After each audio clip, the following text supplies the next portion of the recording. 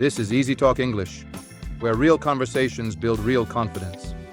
Have you ever said, "She looks tired," and then someone corrected you and said, "No, you mean she seems tired," and suddenly you felt like your English just betrayed you? Oh, yes. That tiny moment where your brain freezes and you think, wait, what did I do wrong? And honestly, it feels bigger than it should, right? Exactly. It's just one word, looks, seems, but somehow it feels like your whole sentence collapses. And if you're listening right now thinking, this is exactly my problem, then stay with us because today we're going to make this so clear, so natural that you'll never hesitate again. Hello, everyone. Welcome back to Easy Talk English, where real conversations build real confidence. I'm Mia. And I'm Luke. And today we're diving into one of those tiny English differences that secretly cause big confusion: how to use seems versus looks. And we're not going to give you boring grammar rules. No textbooks, no complicated charts. Just real-life conversation, real feelings, and real examples. Because honestly, that's how you actually learn.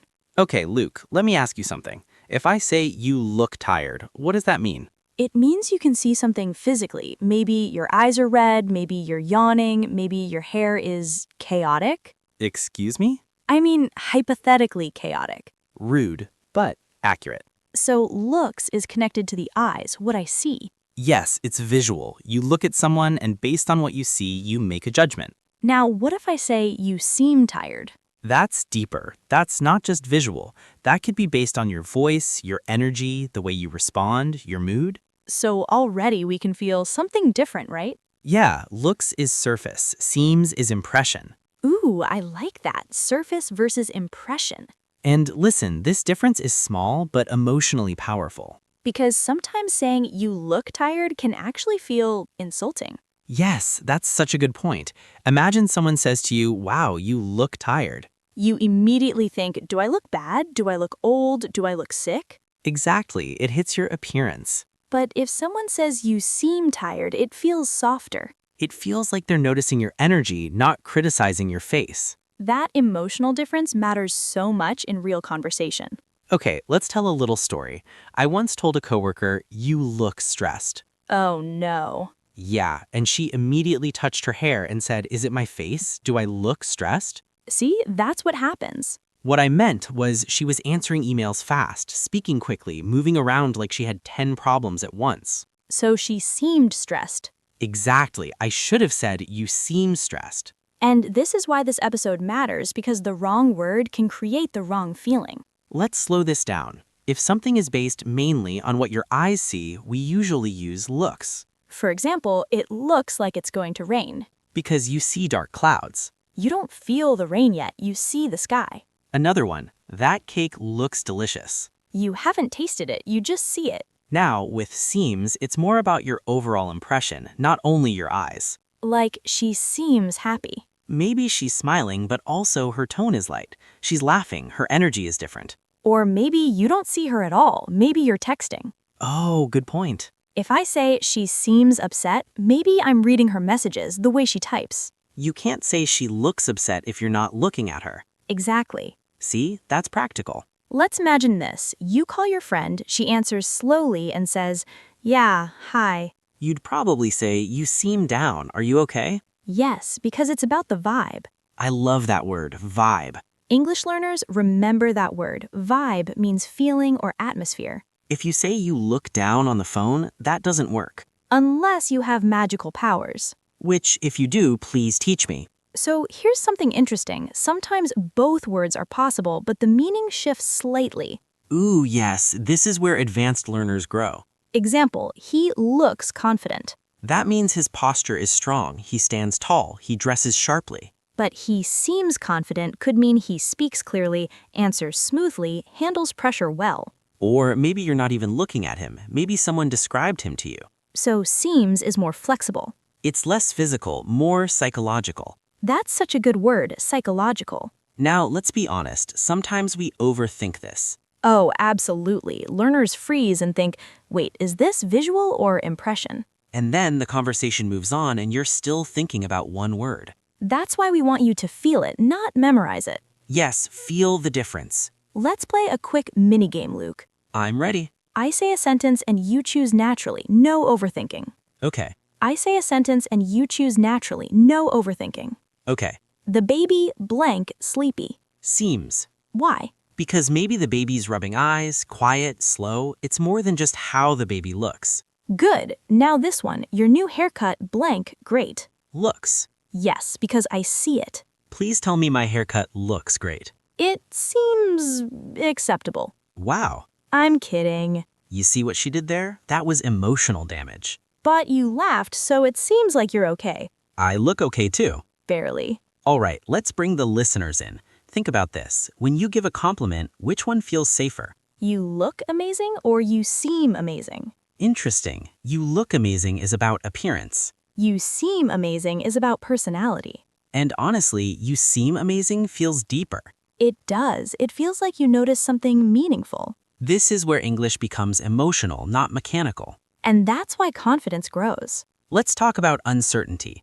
Ooh, yes. When we use seems, we often show we're not 100% sure. Yes, it softens the statement. If I say it seems like he forgot, I'm not accusing strongly. But if you say it looks like he forgot, that might be based on evidence, like he left his bag behind. Seems can express opinion gently. It's like adding emotional cushioning. That's beautiful. I know. So, if you're giving feedback at work, it seems there might be a small mistake here sounds kinder than there's a mistake. Exactly, and kindness matters in language. Language is not just grammar, it's relationships. Let's tell another story. I had a student once who said to her boss, "You look angry."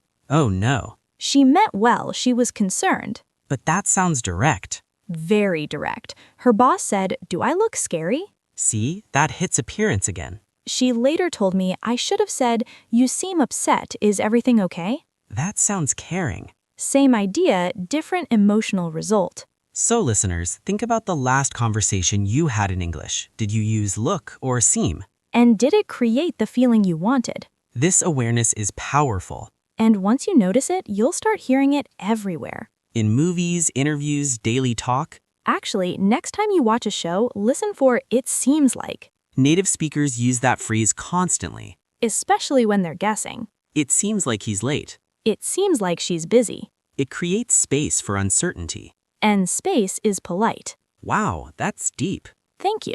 Now, let's address something important. Sometimes looks like and seems like are interchangeable. Yes, but the tone shifts slightly. Looks like we're out of milk. You opened the fridge. It seems like we're out of milk. Maybe someone searched, but you're not fully sure. Maybe someone moved it. So seems leaves room for surprise. And looks feels more immediate. I love how small shifts create big meaning. That's why English is beautiful and sometimes annoying. Mostly beautiful. Mostly. Let's do a confidence check. If you're listening and thinking, I always mix these up, take a breath. You're not bad at English. You're learning nuance. And nuance is advanced. Exactly. Beginners don't even think about this. So if you're confused, it actually means you're growing. That's such an important mindset shift. And confidence grows from small clarity moments like this. Okay, I want to explore something playful. Go for it. Imagine you're on a first date, All right. and your date says you look nervous, Ouch. versus you seem nervous. The second feels more empathetic. Yes, the first feels like observation, the second feels like understanding. Which one would you prefer? Definitely you seem nervous, Same. because it feels like they're trying to connect, not judge. That emotional difference, that's what we want you to master.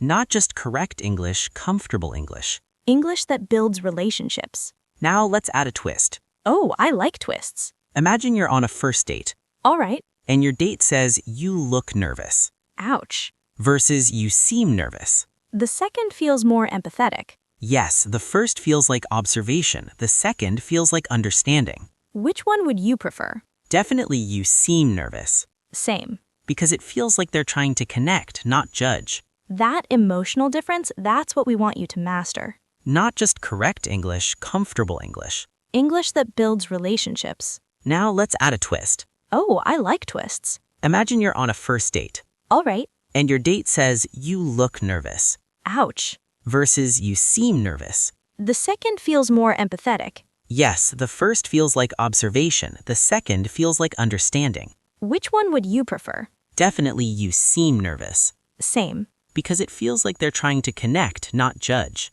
That emotional difference, that's what we want you to master. Not just correct English, comfortable English. English that builds relationships. Now let's add a twist. Oh, I like twists. Imagine you're on a first date, All right. and your date says you look nervous, Ouch. versus you seem nervous. The second feels more empathetic. Yes, the first feels like observation, the second feels like understanding. Which one would you prefer? Definitely you seem nervous, Same. because it feels like they're trying to connect, not judge. That emotional difference, that's what we want you to master. Not just correct English, comfortable English. English that builds relationships. Now let's add a twist. Oh, I like twists. Imagine you're on a first date, All right. and your date says you look nervous, Ouch. versus you seem nervous. The second feels more empathetic. Yes, the first feels like observation, the second feels like understanding.